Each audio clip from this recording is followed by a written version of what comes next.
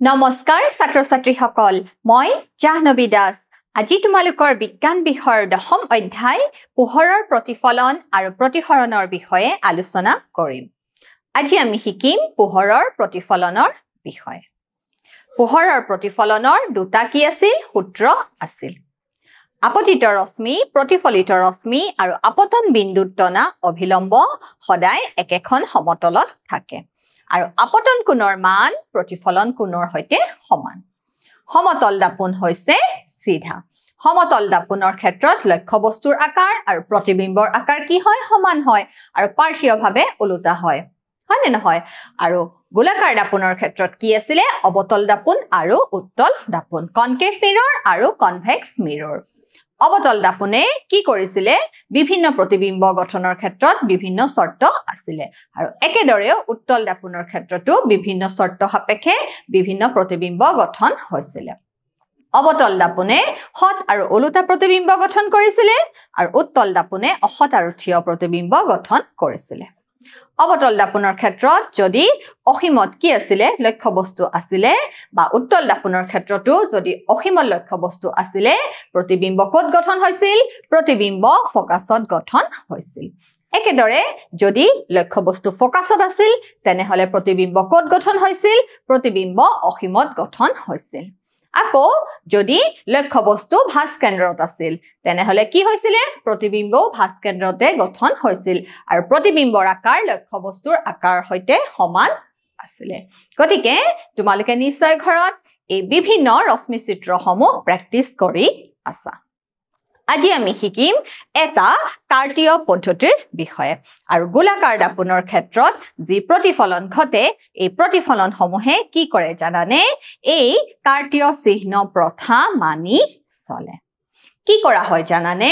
যে গোলাকাৰ দাপোনৰ কি থাকে মেৰু থাকে এই মেৰু আমি কি বুলি লব লাগিব জানানে এতিয়া এই কাৰ্তীয় প্ৰথাত আমি মূল বিন্দু হিচাপে গণ্য কৰিব লাগিব আমি দাপোনৰ যে মেৰু থাকে মেৰু কি বুলি কোৱা হয় পোল আমি কি দি পেলাই বুজাও পি দি পেলাই বুজাও আৰু সোৱা ইয়াক আমি কি হিচাপে লম মূল বিন্দু হিচাপে লম তোমালোকে গণিতত কৰাই কেনেকে এনেকে সোৱা কি থাকে x অক্ষ থাকে এটু কি বুলি কোৱা হয় মূল বিন্দু বুলি কোৱা হয় আৰু কি থাকে y অক্ষ থাকে গতিকে এই ও লিখা বিন্দুটোক আমি কি বুলি কওঁ মূল বিন্দু বুলি আৰু মূল বিন্দুৰ স্থানাংক কি হয় 0,0 x ৰ মানো 0 হয় আৰু y ৰ মানো কি হয় 0 হয় এতিয়া আমি এই গোলাকাৰ দাপোনে যে প্ৰতিবিম্ব গঠন কৰে আমি কিছুমান চিহ্ন মানি চলিব লাগিব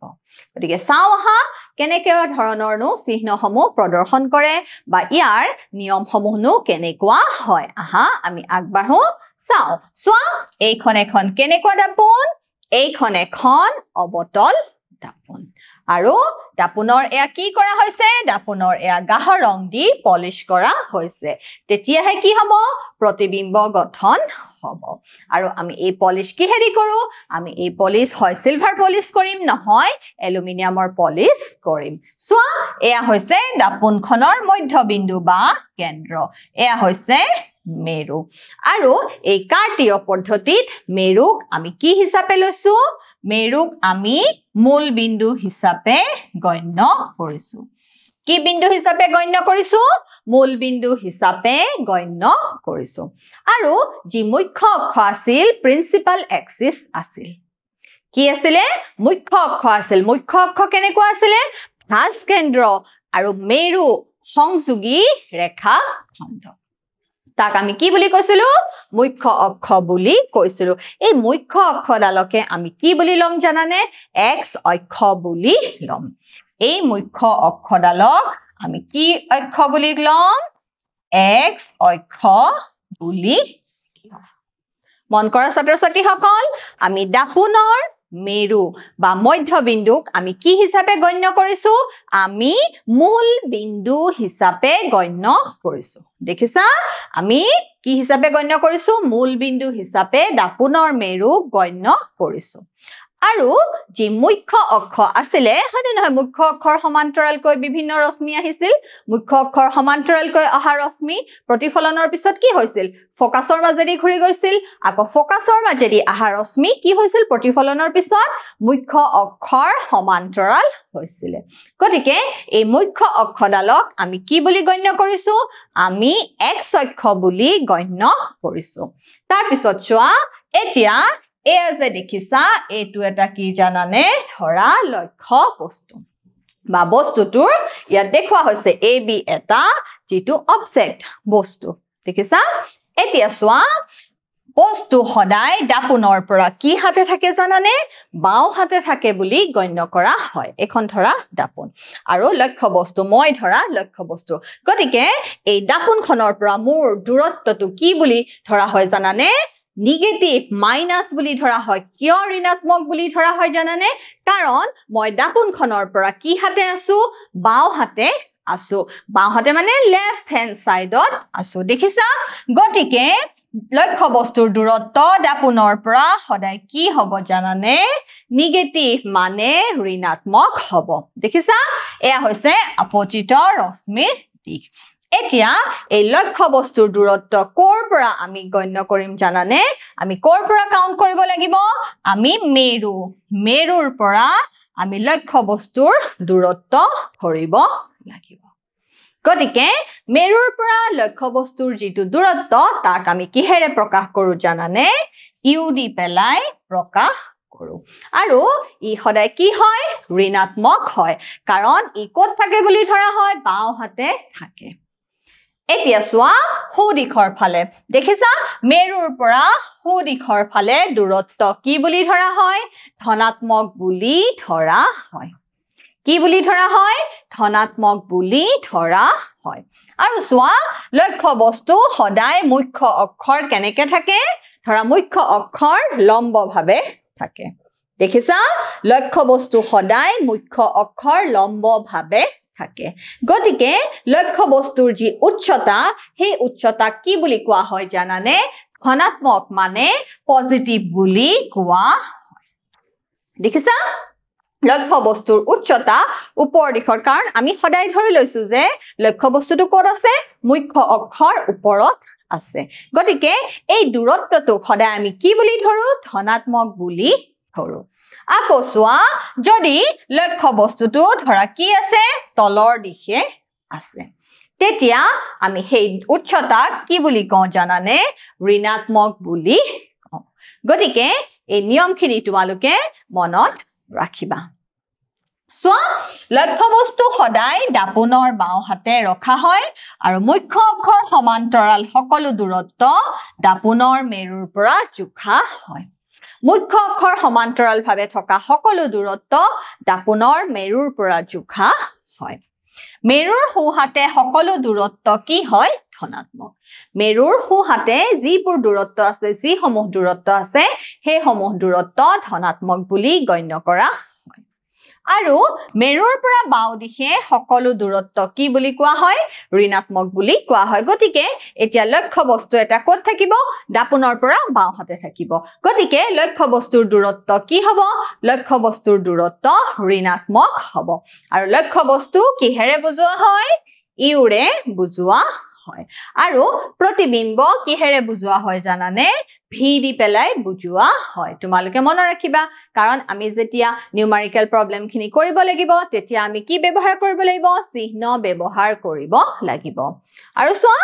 মুখ্য অক্ষৰ লম্বভাৱে ওপৰলৈ সকলো দূৰত্ব কি হয় জানানে ধনাত্মক হয় মুখ্য অক্ষৰ লম্বভাৱে ওপৰলৈ সকলো দূৰত্ব ধনাত্মক হয় কাৰণ আমি লক্ষ্য বস্তুটো মুখ্য অক্ষৰ ওপৰত আছে বুলি ধৰি লওঁ আকৌ চোৱা মুখ্য অক্ষৰ লম্বভাৱে তললৈ সকলো দূৰত্ব কি হ'ব ঋণাত্মক হ'ব এডাল ধৰা মুখ্য অক্ষ ইয়াৰ ওপৰৰ সকলো লক্ষ্য বস্তুৰ উচ্চতা কি হ'ব ধনাত্মক আৰু এডাল ধৰা মুখ্য অক্ষৰ তললৈ সকলো দূৰত্ব কি হ'ব ঋণাত্মক হ'ব এতিয়া চোৱা ফোকাস দৈৰ্ঘ্য আৰু ভাঁজ ব্যাসাৰ্ধৰ মাজত এটা কি আছে জানানে সম্পৰ্ক আছে ফোকাস দৈৰ্ঘ্য আৰু ভাঁজ ব্যাসাৰ্ধৰ মাজত এটা কি আছে সম্পৰ্ক আছে দেখিছা গোলাকাৰ দাপনৰ এটো আছিল কি ফাৰ্ষ্ট কেন্দ্ৰ আৰু ইয়াতে কি আছিল ফোকাস আছিল হয় নে নহয় ইয়াতে আৰু এটো কি আছিল মেৰু হয় নে গটিকে এইখিনিক যদি আমি কি বুলি কওঁ ক্যাপিটেল R বুলি কওঁ কি বুলি কওঁ ধৰা ক্যাপিটেল R বুলি কওঁ তেতিয়া এই R ৰ মান কি হ'ব জানানে এই ফোকাস দৈৰ্ঘ্যৰ দুগুণ হ'ব সো ফোকাস দৈৰ্ঘ্য মানে হৈছে ফোকাস আৰু মেৰুৰ মাজৰ দূৰত্ব ফোকাস আৰু মেৰুৰ মাজৰ দূৰত্ব কি বুলি কোৱা হয় ফোকাস দৈৰ্ঘ্য বুলি কোৱা হয় গটিকে তাৰ পৰা এটা আমি সূত্ৰ পাওঁ কি পাওঁ R = F মানে R = ফোকাস দৈৰ্ঘ্য তোমালোকে মনত ৰাখিবা পৰীক্ষাত সৰু সৰু অংক আহিব পাৰে R = twice F বা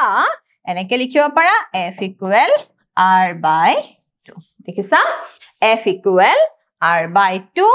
নহলে R = twice F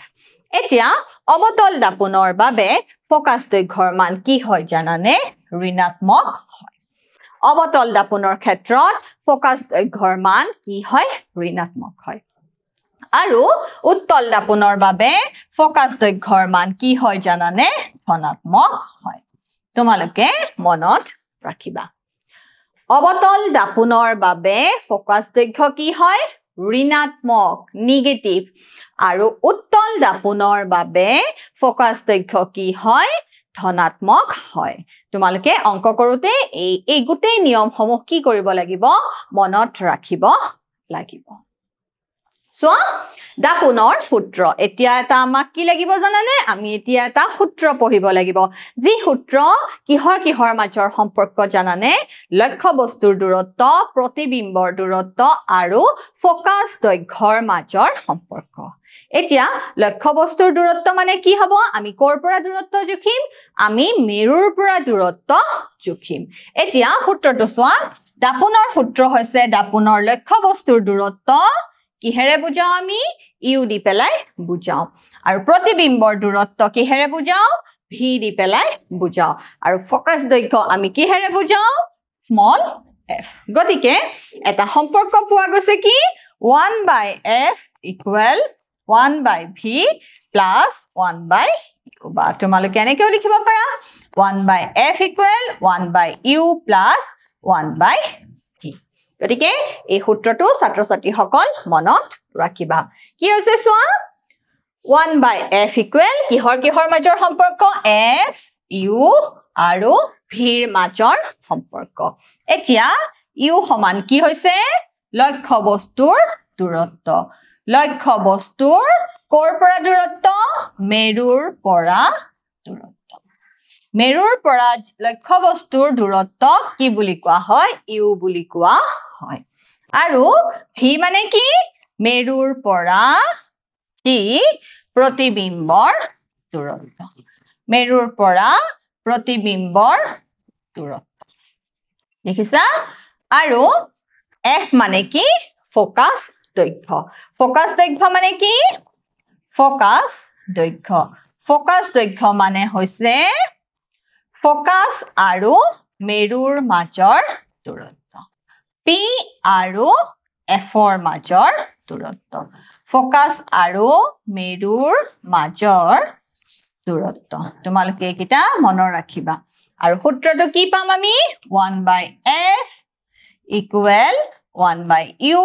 plus 1/v 1/f = 1/u plus 1/v so এতিয়া আমি পাম বিবৰ্ধন এতিয়া আমি এটা নতুন শব্দ পাম কি বিবৰ্ধন গোলাকাৰ দাপনৰ বিবৰ্ধন মানে কি জানানে গোলাকাৰ দাপনৰ বিবৰ্ধন হৈছে প্ৰতিবিম্ব এটা বা প্ৰতিবিম্বৰ আকাৰটো লক্ষ্য বস্তুৰ আকাৰৰ তুলনাত কিমান গুণ ডাঙৰ বা কিমান গুণ সৰু বুজি পাইছা ছাত্ৰ ছাত্ৰী সকল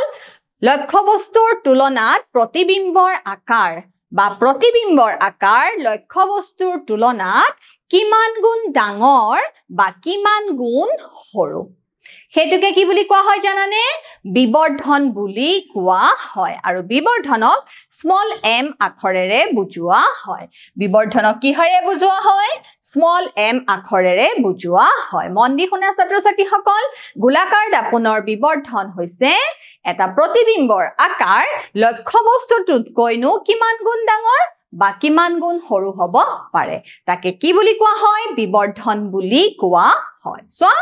গোলাকাৰ দাপোনৰ বিবৰ্ধন হ'ল প্ৰতিবিম্বৰ উচ্চতা আৰু লক্ষ্যবস্তুৰ উচ্চতাৰ অনুপাত ই হৈছে এটা অনুপাত কিহৰ মাজত জানানে প্ৰতিবিম্বৰ উচ্চতা আৰু লক্ষ্যবস্তুৰ উচ্চতাৰ অনুপাত দেখিছা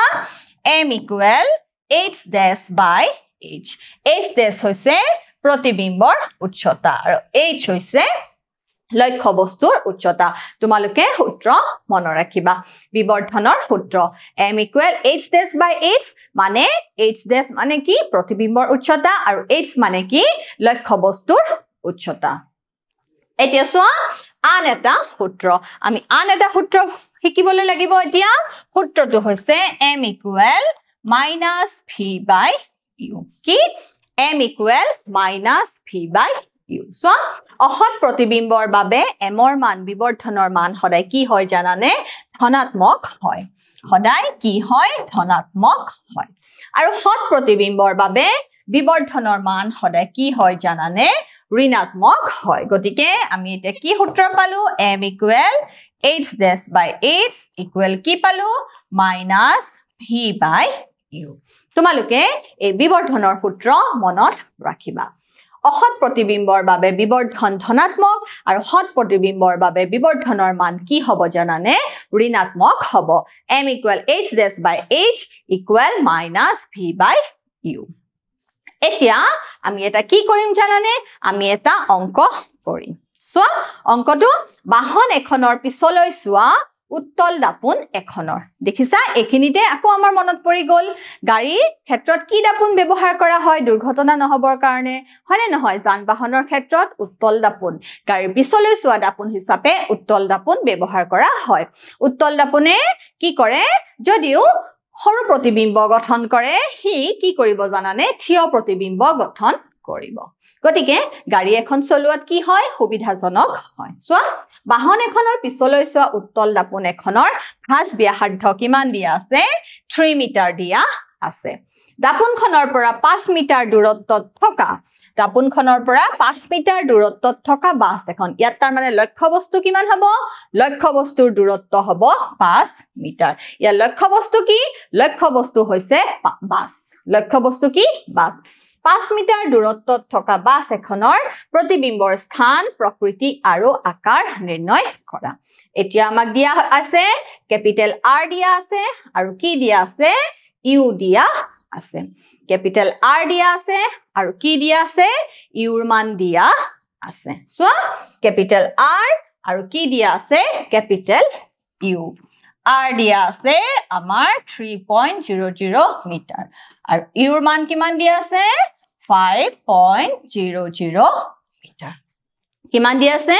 5.00 মিটাৰ আৰু U ৰ মান কি হ'ব ইয়াত নিগেটিভ হ'ব কাৰণ লক্ষ্যবস্তুৰ দূৰত্ব ঋণাত্মক হ'ব এতিয়া আমি জানো R equal কি 2f R equal to f তাৰ বাদে f equal কিমান হ'ব r by 2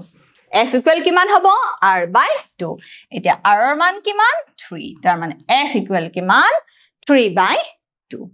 এতিয়া আমাৰ গোলাকাৰ দাপোনৰ সূত্ৰ আছিল যে 1 by f equal 1 by u plus 1 by v 1 by f equal 1 by u plus 1 by v এতিয়া আমি কি কৰিম ইয়াৰ মানখিনি পাতি দিম সোৱা ইয়াত আমি এটা কিহৰ মান উলিয়াব লাগে প্ৰতিবিম্বৰ মান উলিয়াব লাগে গতিকে তাক কি কৰি দিম আমি এটা সাইডে ৰাখি দিম আমি কিহৰ মান উলিয়াব লাগে প্ৰতিবিম্বৰ দূৰত্ব উলিয়াব লাগে সোৱা আমি 1 by v ৰাখি দিলো তাৰ মানে কি হৈ গল 1 by f minus 1 by u হৈ গল সোৱা এতিয়া আমি কি কৰি যাম আমি লাহেকে ইয়াত মানখিনি ধুনিয়াকে পাতি দিলে হল সো f ৰ মান কিমান আছিল 3 by 2 গতিকে f ৰ ঠাইত আমি কি পাতিম 3 by 2 মাইনাছ কি হৈ গ'ল ইউৰ মান কিমান আছিলে মাইনাছ 5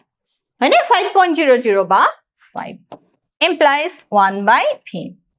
equal 2 টো ওপৰত গ'ল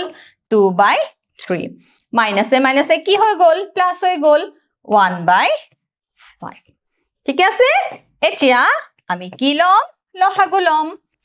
3 5 ৰ লসাগু কিমান 15 3 5 গুণ 15 5 2 গুণ 10 প্লাস 5 3 গুণ 15 3 গুণ 3 সো কিমান ওলাল 1/v equal 13/15 1/v কিমান ওলাল 13/15 সো এতিয়া আমি 1/v আমি এটা উল্টাই দিম 1/v টো আমি কি কৰি দিলু v কৰি দিলু তেতিয়া 13/15 টো কি হৈ যাব উল্টা হৈ যাব 15/13 হৈ যাব সো ইয়াৰ পিছৰ খিনি হ'ব কি হ'ব v equal 15/13 হ'ব আমি এতিয়া কো বাকি মানখিনি উলিয়াম v equal 15/13 হয়নে নহয় আমি 13 এ 15 ক কি কৰি দিম হৰণ কৰি দিম হয়নে নহয় হৰণ কৰি দিম হৰণ কৰিলে কিমান ওলাব 13 1 13 দহৰ 3 গল 7 শূন্য 13,565 ঠিক আছে আৰু না লাগে 1.15 মিটাৰ গতিকে ছাত্ৰ ছাত্ৰী সকল আমি প্ৰতিবিম্বৰ দূৰত্ব কিমান পালো 1.15 মিটাৰ প্ৰতিবিম্বৰ দূৰত্ব কিমান পাইছো 1.15 মিটাৰ এতিয়া আমি কি উলিয়াম জানানে আমি বিবৰ্ধন উলিয়াম m ইকুৱেল আছিল -v/u আমি প্ৰতিবিম্বৰ দূৰত্ব কিমান পালো জানানে 1.15 মিটাৰ আৰু লক্ষ্য বস্তুৰ দূৰত্ব আমাৰ কিমান আছিলে 5.00 মিটাৰ আছিলে এটো আমি কি উলিয়াইছো বিবৰ্ধন উলিয়াইছো হয়নে নহয় এটো আমি কি উলিয়াইছো বিবৰ্ধন উলিয়াইছো আৰু ইউৰ মান কিমান আছিলে -5.00 মিটাৰ ঠিক আছে এতিয়া মাইনাসে মাইনাসে কি হৈ গল প্লাস হৈ গল এতিয়া আমি 5 এৰে কাক হৰণ কৰিম 5 এৰে আমি 1.15 ক হৰণ কৰিম সো 5 2 গুণ 10 1 থাকিল 15 5 3 গুণ 15 ঠিক আছে 5 2 গুণ 10 1 থাকিল 5 3 গুণ 15 গতিকে কিমান পালো +0.23 পালো দেখিছানে গতিকে প্ৰতিবিম্বটো কিমান গুণ সৰু হ'ব 0.23 গুণ সৰু হ'ব গতিকে এনেদৰে তোমালোকে কি কৰিব লাগিব এই পোহৰৰ দাপোনৰ অংকখিনি কৰিব লাগিব সূত্ৰটো হৈছে 1/f = 1/u + 1/v আমি আন এটা অংক চাও হা 15.0 সেন্টিমিটাৰ ফোকাস দৈৰ্ঘ্যৰ 15.0 সেন্টিমিটাৰ ফোকাস দৈৰ্ঘ্যৰ অবতল দাপোন এখনৰ সন্মুখত কিমান ৰখা হৈছে 25.0 সেন্টিমিটাৰ দূৰত্বত এটা লক্ষ্য বস্তু ৰখা হৈছে আৰু লক্ষ্য বস্তুটোৰ কি দিয়া আছে জানানে আকাৰ দিয়া আছে মানে h দিয়া আছে h কিমান দিয়া আছে 4 সেন্টিমিটাৰ স্পষ্ট প্ৰতিবিম্ব পাবলৈ দাপোনখনৰ পৰা কিমান দূৰত পৰ্দা এখন ৰাখিব লাগিব গতিকে